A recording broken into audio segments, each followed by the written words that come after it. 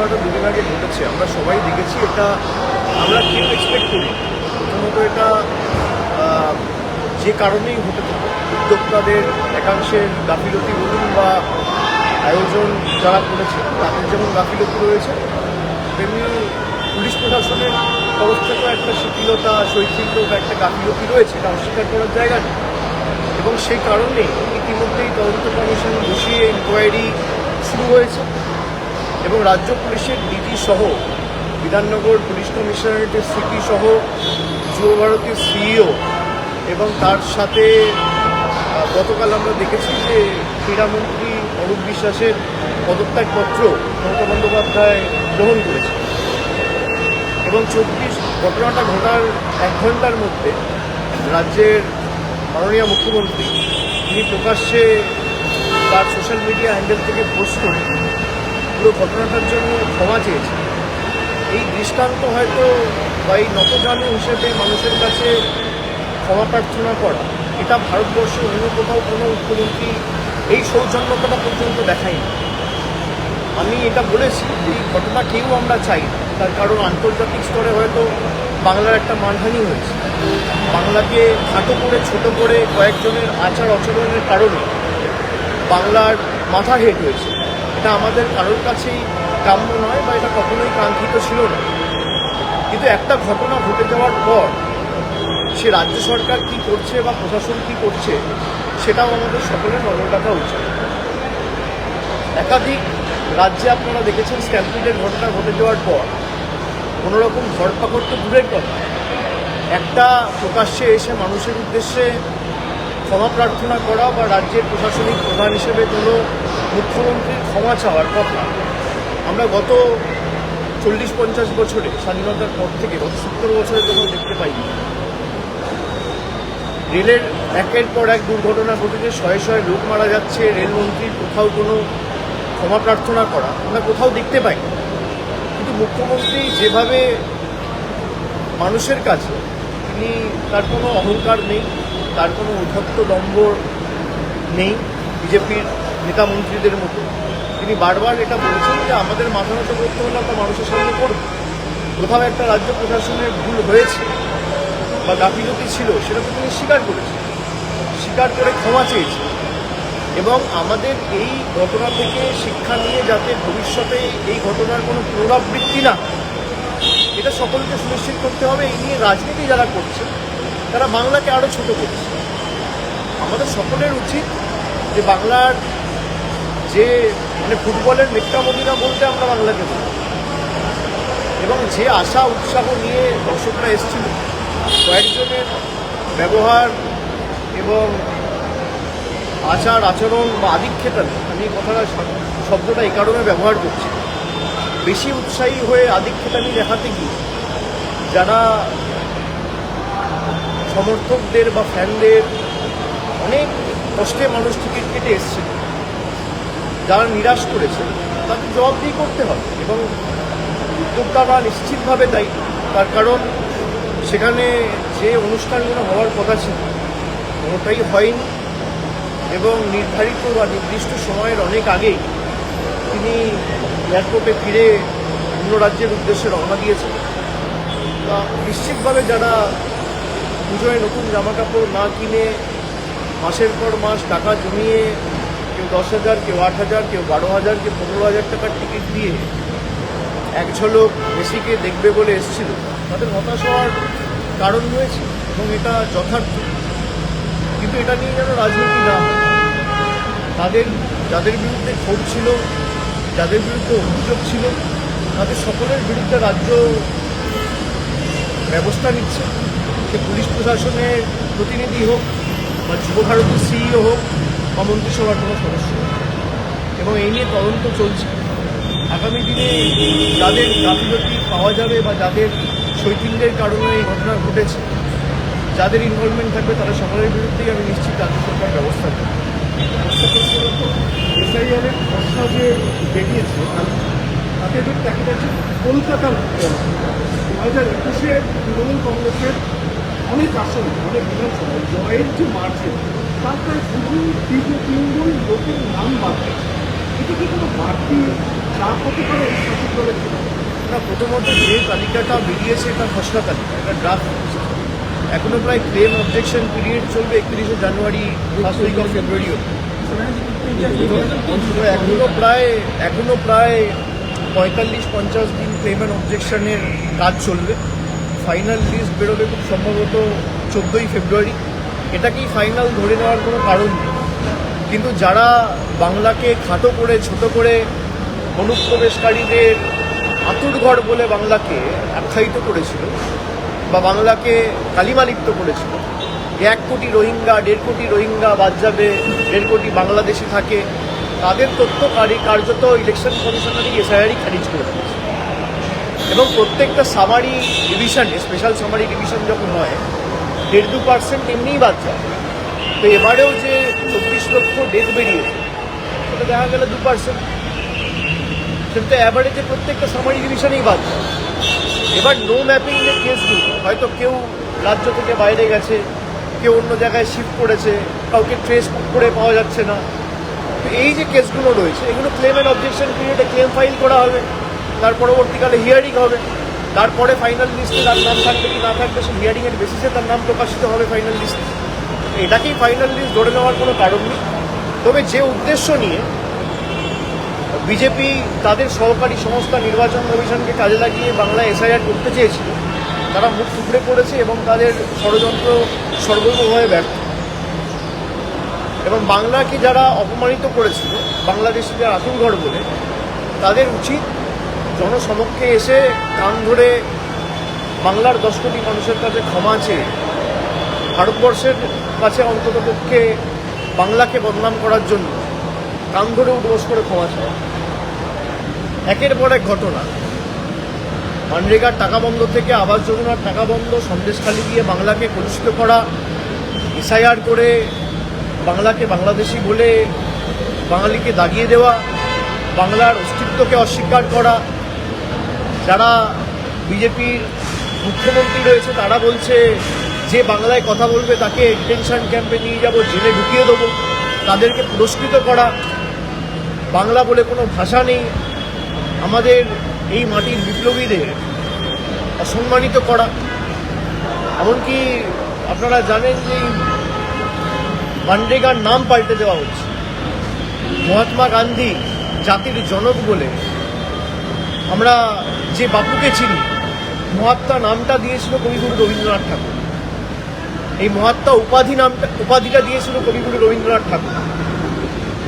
আজকে সেই মহাত্মা গান্ধীর নামটাই 100 দিনের কাছ থেকে বিজেপি বাদ দিয়ে অন্য নামে রিব্র্যান্ডিং করে 60% টাকা নিজেরা দেবে, 40% টাকা রাজ্য দেবে, নতুন বিল এনেছে লোকসভা। আজকে সে নিয়ে আলোচনাও হবে। আমরা এই কারণেই এদেরকে বাংলা বিরোধী বলি। কোনো রাম শ্যাম যদু মধু নয়।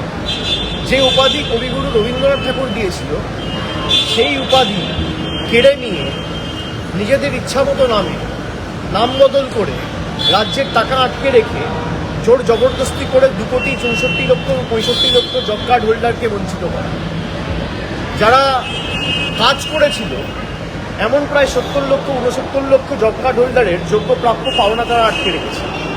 প্রায় 2 বছর 2.5 বছর পর রাজ্য সরকার নিজের কোষাগার থেকে ডাইরেক্ট ব্যাংক ট্রান্সফার করে তাদের যোগ্য টাকা 2024 ফেব্রুয়ারি মাসে তাদের ব্যাংক অ্যাকাউন্টে পৌঁছে দিয়েছে। এবং যে উদ্দেশ্য নিয়ে তারা এসআইআর করেছে, পুরোটাই মুখ থুবড়ে পড়েছে।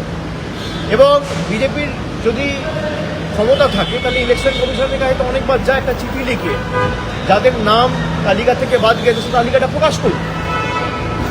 এবং সীমান্তবর্তী এলাকায় কাদের নাম বাদ গেছে তালিকা প্রকাশ করে, বিহারেও তো তালিকা প্রকাশ করতে পারি। আমরা চাই তালিকা প্রকাশ করা, অ্যাকাউন্টেবিলিটি কোথায়? আজকে এসআইআরের কারণে, অপরিকল্পিত এসআইআরের কারণে একের পর এক বিএলও আত্মঘাতী হয়েছে। তারা দায় চাপিয়েছে ইলেকশন কমিশনের উপর। এই বিএলওদের তৃণমূল কংগ্রেস বা আমাদের সরকার অ্যাপয়েন্ট করেনি, এই বিএলওদের অ্যাপয়েন্ট করেছে ইলেকশন কমিশন। আজকে তারা আত্মঘাতী হয়ে দায় করে গেছে ইলেকশন কমিশন।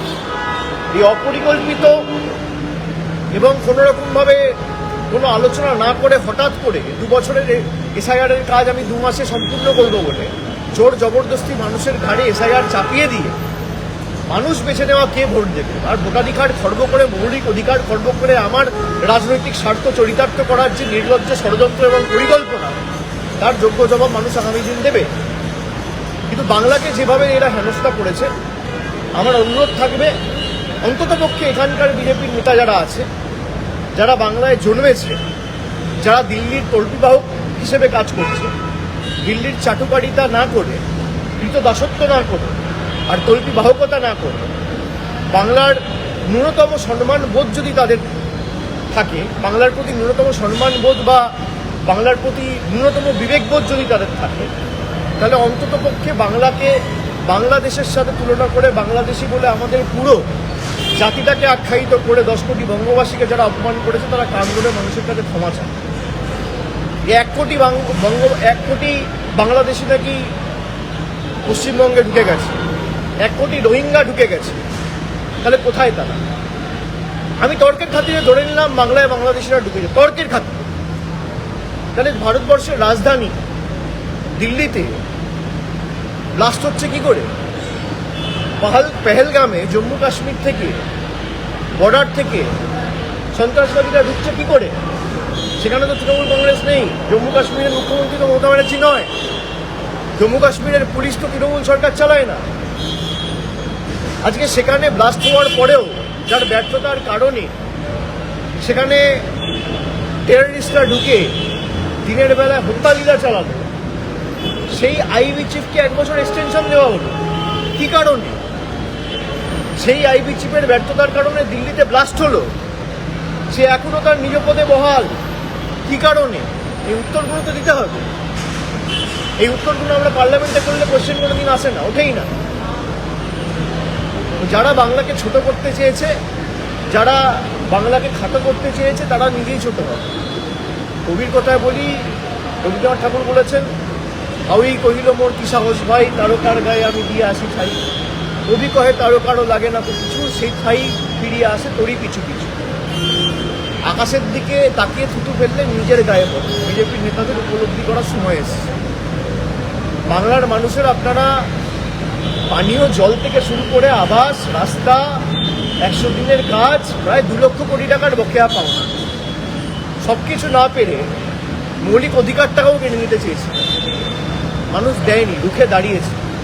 আমি স্যালুট জানাই বাংলার প্রত্যেকটা মানুষকে এবং তৃণমূল কংগ্রেসের প্রায় 80,000 BLA2 যারা অক্লান্ত পরিশ্রম করে মানুষের এই অধিকার যাতে মানুষের হাতে থাকে সুনিশ্চিত করতে পেরেছে। এবং শহর এলাকায় যেখানে যেখানে নাম বাদ গেছে, ক্লেম অ্যান্ড অবজেকশন পিরিয়ডে যদি কোথাও কোনো নাম বাদ গিয়ে থাকে, আমরা ক্লেম ফাইল করব, অবজেকশনে হিয়ারিং হবে। সে যদি যোগ্য ভোটার হয়, 1000 চেষ্টা করেও তার নাম ভোটার লিস্ট থেকেও বাদ দিতে পারবে না। চক্রান্ত করে আটকানো যায় না। এই চক্রান্ত আগেও কাজ করেনি, আগামী দিনেও কাজ করবে। এটা হিন্দি বলেন। Atomic bill is about to pass in Lok Sabha. Already opposition walked out. আমি একটু শুনুন। I'll have to see. I cannot comment randomly without checking with my colleagues in the Lok Sabha. ठीक है? एसआईआर में बहुत सारे जो genuine voter उनका भी नाम बात गया है। जी एसआईआर में जो जेन्युइन वोटर हाँ, एक आप देखेंगे कि हमारे डानकुडी में 18 नंबर वार्ड का एक काउंसिलर है, उसका नाम, उसको दिखा दिया है डेथ, उसको डेड कर दिया है। तो जिंदा आदमी को अगर डेड बना दिया है, तो एसआईआर का क्या इम्पोर्टेंस है और क्या यूटिलिटी है, ये सब आपके सामने है। और जिस एसआईआर के आधार पे देश का प्रधानमंत्री, देश का गृह मंत्री, देश का सरकार और पूरा देश का कैबिनेट चुन के आया है, वो कह रहा है कि भाई आप इलीगल हो, हम लीगल है। भाई अगर वोटर्स इलीगल है तो प्राइम मिनिस्टर भी इलीगल है, अगर वोटर इलीगल है तो होम मिनिस्टर भी इलीगल है, अगर वोटर इलीगल है तो 543 MP भी इलीगल है। ये कैसे हो सकता है कि वोटर इलीगल है, आप लीगल है? 140 करोड़ जनता इलीगल है, लेकिन देश का प्रधानमंत्री लीगल है। 140 करोड़ जनता इलीगल है, लेकिन गृह मंत्री लीगल है। 140 करोड़ जनता इलीगल है, लेकिन देश का डिफेंस मिनिस्टर लीगल है। 140 करोड़ जनता इलीगल है, लेकिन देश का हेल्थ मिनिस्टर लीगल है। 140 करोड़ जनता इलीगल है, लेकिन देश का रेलवे मिनिस्टर लीगल है। भाई इसी जनता ने तो आपको बिठाया है।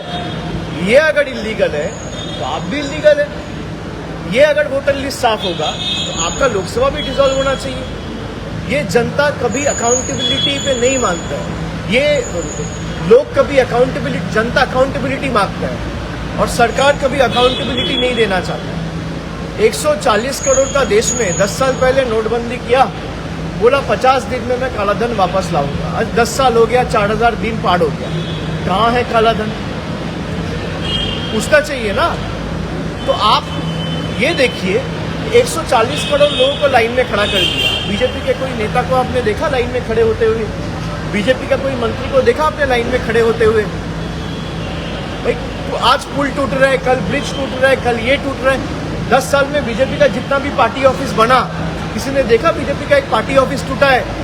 बीजेपी के पार्टी ऑफिस नहीं टूटते, लेकिन पुल टूटते हैं, फ्लाईओवर टूटता है, रेल एक्सीडेंट होता है, रास्ते टूटते हैं। क्यों? 140 करोड़ लोग अपना फॉर्म भर के नाम उठाएगा, और जिस लोगों के वजह से हम चुन के आए हैं, और जो प्रधानमंत्री से लेके, गृह मंत्री से लेके, रक्षा मंत्री से लेके, हेल्थ मिनिस्टर से लेके, रेल मिनिस्टर से लेके, एग्रीकल्चर मिनिस्टर से लेके, जितने भी मिनिस्टर बने वो सब लीगल है। ये तो नहीं हो सकता। अगर जनता इलीगल है तो इस जनता ने जिसको चुना है वो भी इलीगल है। तो जनता को आपने गुमराह किया है, जनता आपको जवाब देगी, आप तैयार रहिए। ठीक है, थैंक यू।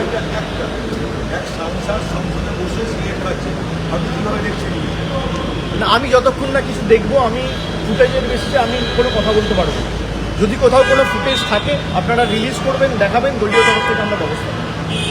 কারোর স্পেকুলেশনে আমি কোনো মন্তব্য করতে পারবো না। এই ইলেকশন কমিশন একটা করে হোয়াটসঅ্যাপ লিক করবে আর আপনারা তার বেসিসে আমাদেরকে প্রশ্ন করেন। আপনি ইলেকশন কমিশনকে বলুন যে অফিসিয়াল স্টেটমেন্ট, তার বেসিসে আমাকে প্রশ্ন করুন। কোন বিজেপির সাংসদ কোথায় একটা টুইট করে 5 সেকেন্ডের একটা ফুটেজ ছাড়ছে মুখ ঢাকা, তার বেসিসে আমি কোনো কথা বলতে পারবো না। পার্লামেন্টে না কম করে কিছু না হলেও 50 থেকে 100টা ক্যামেরা আছে। আপনি ফুটেজ রিলিজ করবেন, তারপর আমাকে প্রশ্ন করবেন, এবং দলীয় স্তরেও আমরা দরকার হলে সমাজ করে ব্যবস্থা। এরকম ঘটনা তৃণমূল কংগ্রেস এনকারেজ করে। আমরা পার্লামেন্টের যে গরিমা বা পার্লামেন্টের যে মর্যাদা, সেটাকে আমরা সবাই রেসপেক্ট করি। পার্লামেন্ট ধূমপান করার জায়গা নয়, অ্যাটলিস্ট হাউসের ভিতরে। ঠিক আছে, থ্যাংক ইউ। আপনি কি জটিল কিছু সমস্যায় ভুগছেন? সমাধান পেতে চান? যোগাযোগ করুন প্রখ্যাত জ্যোতিষ ও তান্ত্রিক মনসারাম ভট্টাচার্যের কন্যা মনসা কন্যার সাথে। প্রখ্যাত জ্যোতিষ ও তান্ত্রিক মনসা কন্যা হাওড়া জানবাড়ি ও হাতিবাগানের নিজস্ব মন্দিরেও বসেন।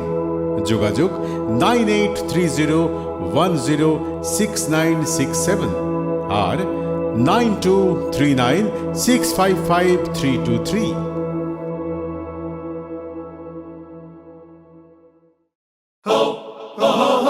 পুজো মানে জমকালো লাইন, Dropbox লোফা লুফি আইন, পেপারের ক্যাটালগে আঁকা, বাঙালির ইমোশনে মাখা। এ ভরসা কি উপায়, জার্নি পায়ে পায় পৌঁছে দেবে ঠিক ডেস্টিনেশন। বিশ্বমান শ্রীলেদার্স, খাঁটি দাম শ্রীলেদার্স। শ্রী লেদার্স, হাওড়া ময়দান।